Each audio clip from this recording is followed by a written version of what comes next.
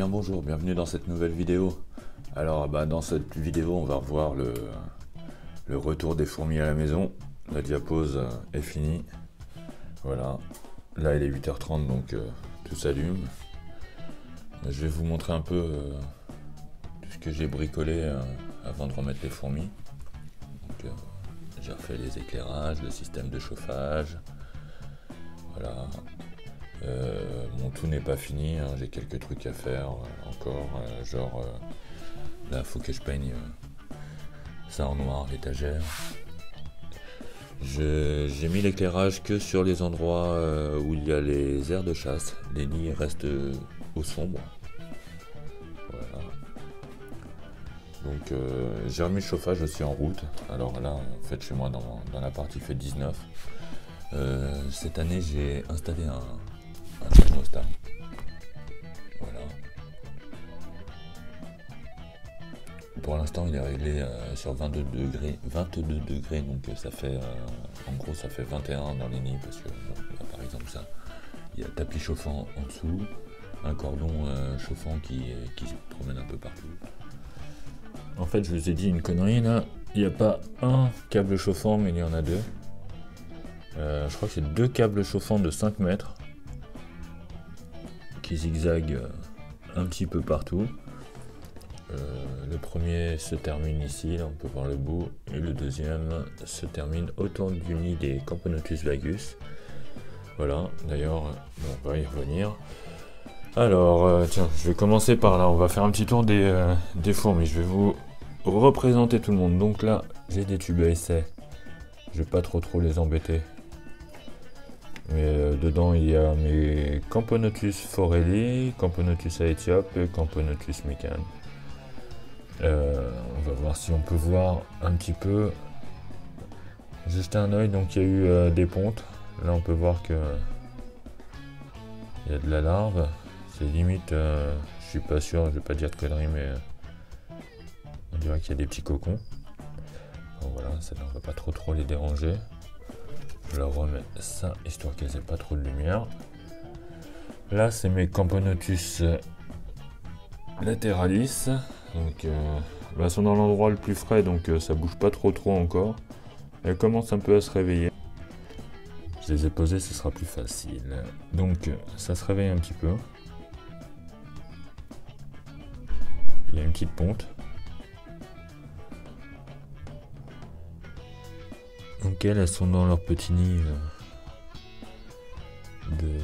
dans une boîte Jiffy. Voilà, bon ça va. Là derrière c'est les Camponotus piceus. Alors ça doit être pareil. Hein. Il faut que je remette un petit réservoir, donc là je les embête un petit peu.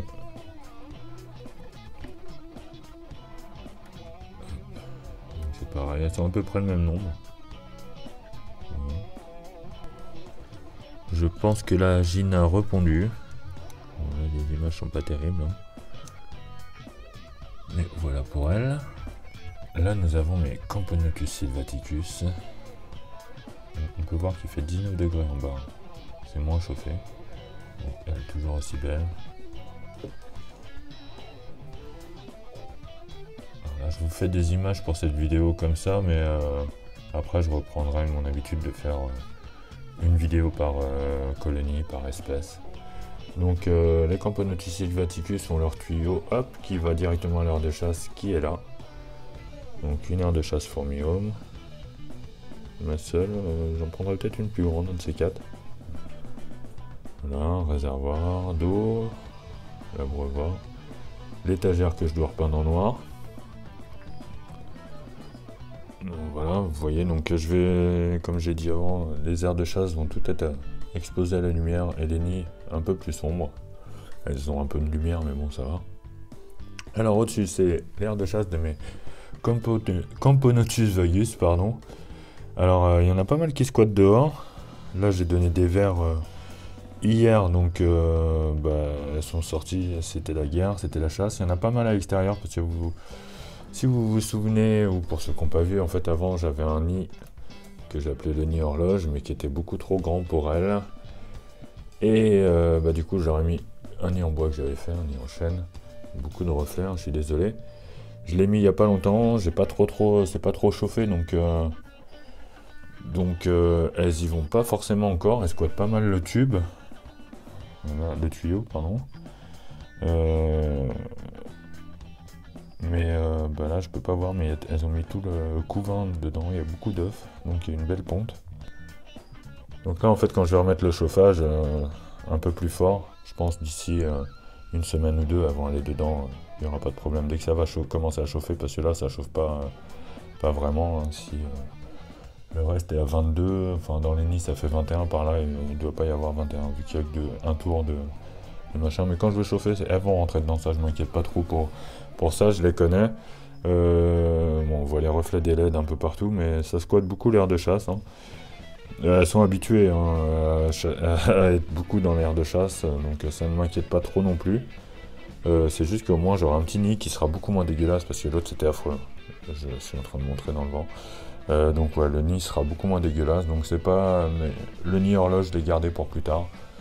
On verra si ce sera pour les Vagus ou alors pour peut-être mes Messor Barbarus, parce que ça leur irait bien. Alors là c'est l'air de chasse des Camponotus cruentatus, que j'ai pas encore nettoyé, donc voilà. Là il y en a une qui est en train de faire son repas. Celle-ci va boire un coup je pense. Ah non, elle est redescendue, elle a pas envie. Donc ça j'ai mis ça en abreuvoir, j'aime bien. Il faut que je remette de l'eau, tiens. Ouais, ça me fait du bien de faire une vidéo. Il n'y a plus d'eau dedans. C'est sec. Ça tient 15 jours, 3 semaines facile, hein. Un abreuvoir comme ça, donc c'est pratique.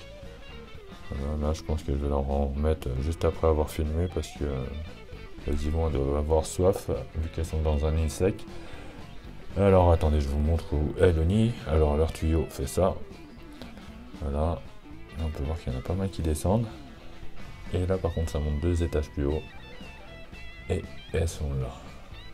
Donc voici le nid des Camponotus cruentatus.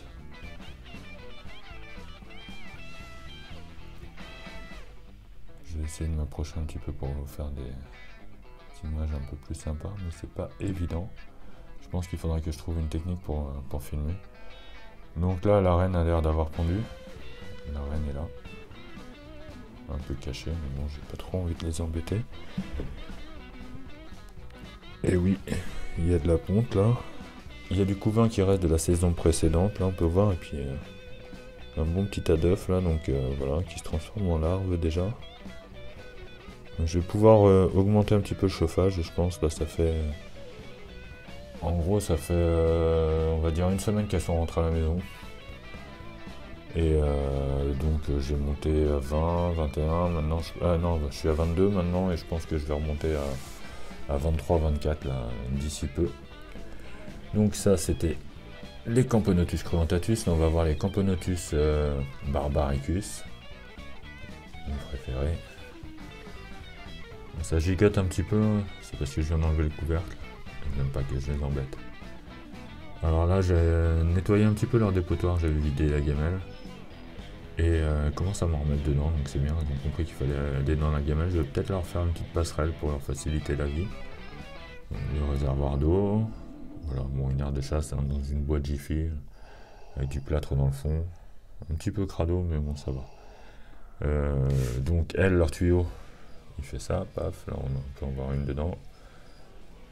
Il remonte au-dessus du tuyau des Camponotus cruentatus.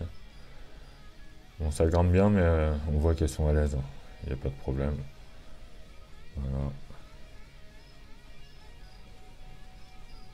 Et elles sortent là. Donc voilà, ça c'est leur premier nid, totalement sec.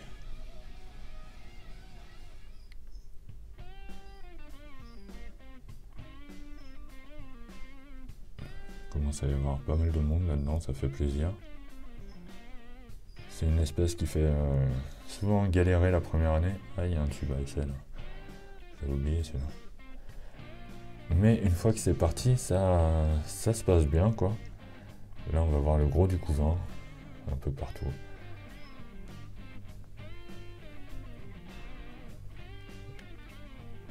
Voilà, la Gine est là.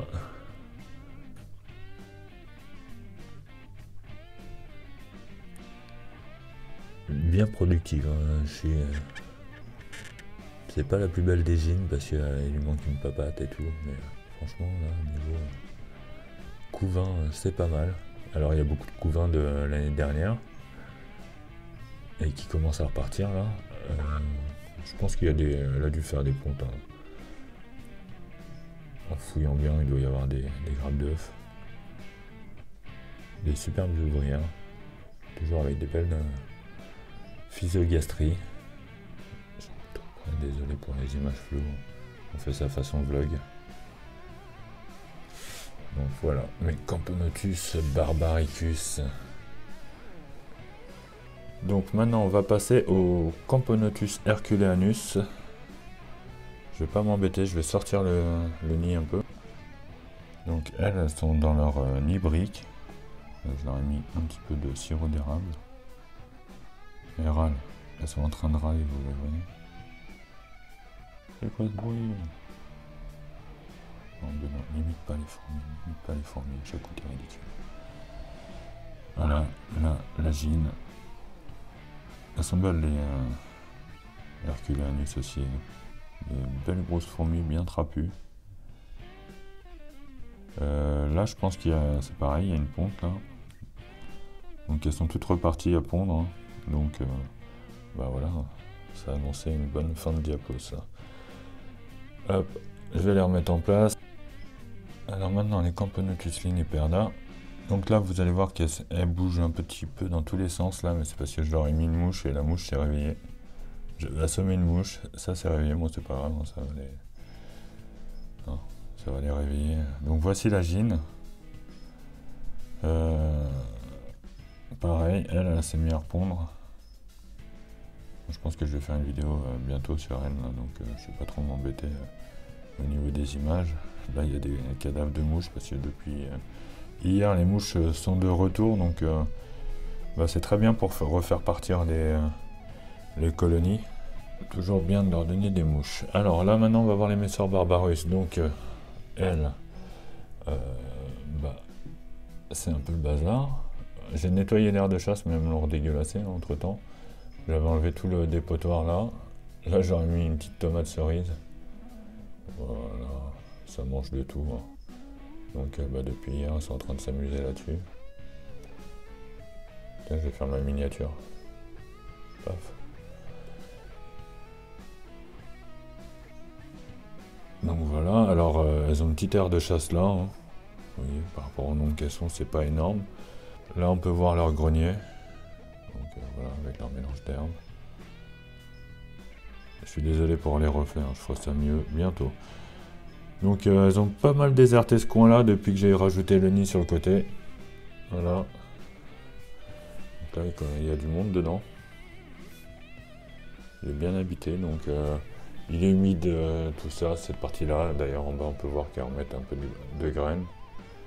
Donc vu que ça reste sec, pas de problème. Là il y a du monde, hein, ils sont bien confinés là. Voilà, à cet endroit là aussi il y a du monde. Et donc leur tuyau va là. Toujours là. Toujours chez. Voilà. Et puis bah on peut voir que ça passe par là. Allez, on va faire un petit tour dehors.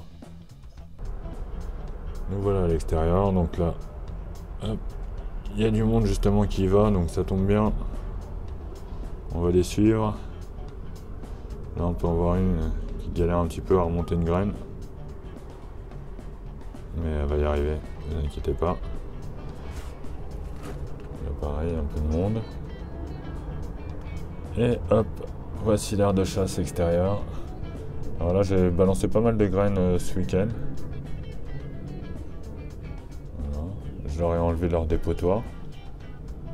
J'aime beaucoup le fait de l'aire de chasse à l'extérieur. C'est toujours sympa d'aller sur le balcon et puis de voir les fourmis travailler. Donc un petit tas de graines là. Qu'est-ce que j'ai fait? Ah oui, j'ai bouché cet endroit là, j'ai mis du plâtre un petit peu à l'arrache. Je suis désolé, il y a toujours un petit peu plus de bruit, mais je suis dehors. Hein. Plein milieu du 93 quoi, donc c'est pas ce qu'il y a de plus calme. Voilà, donc une aire de chasse qui fait bien profiter les Messor barbarus. Voilà, allez, je retourne à l'intérieur. Donc bah voilà, bah, je vais m'arrêter là. Les prochaines vidéos seront sans reflet, hein. On va faire quelque chose de un petit peu plus propre. Là je pense que je vais monter d'1 degré mes températures, histoire de faire venir les Camponotus vagus à leur place dans le nid. Voilà. Et bah, je vous dis, pour les éleveurs de fourmis, bah, un bon début de saison. Pour ceux qui aiment bien les regarder, bah, on va revoir un peu de vidéos, un petit peu, ça va être sympa parce que c'était calme cette diapose. Il n'y avait vraiment pas beaucoup de monde qui était présent, que ce soit au niveau des éleveurs ou au niveau du public, on va dire. Voilà. Hop. Alors je pense que la prochaine vidéo que je vais vous faire, ça va être concernant les fourmis, ce sera sûrement sur les Nidhiperda et les Herculeanus, parce que celle-là on va en profiter tout de suite parce qu'elle reste pas longtemps là. Je ferai sûrement une vidéo sur mon Pogona, parce que là j'ai fait un beau terrain, ce serait dommage de ne pas le partager. Et puis bah voilà, on va repartir principalement sur les fourmis quand même, quoi. Allez, je vous dis à très bientôt. Je vais essayer de faire des vidéos, donc on va essayer de repartir sur le truc d'une vidéo par semaine. Allez, je vous dis à bientôt, ciao. Hop, désolé, j'ai encore oublié mes Crematogaster scutellaris. Elles sont pas au même endroit, donc bah elles... il y a du monde partout, voilà. Je sais plus quoi dire sur elles, hein, parce que bon, c'est la folie. D'ailleurs, il y a beaucoup de couvents, je dirais. Couvents aux réserves de nourriture. Non, il y a beaucoup de couvents. Ouais, il y a bien beaucoup de couvents, quoi. Donc, elles, voilà. Elles n'ont pas vraiment fait de diapos chez moi, elles font pas de diapos, elles sont à température ambiante. Et je les chauffe pas. Jamais. J'évite de les chauffer parce que sinon ça se reproduit beaucoup trop. Voilà, allez, ce coup-ci, je vous dis vraiment au revoir. N'hésitez pas à vous abonner, au fait, à liker la petite cloche pour être au courant de la sortie des vidéos. Et moi, je vous dis à bientôt. Allez.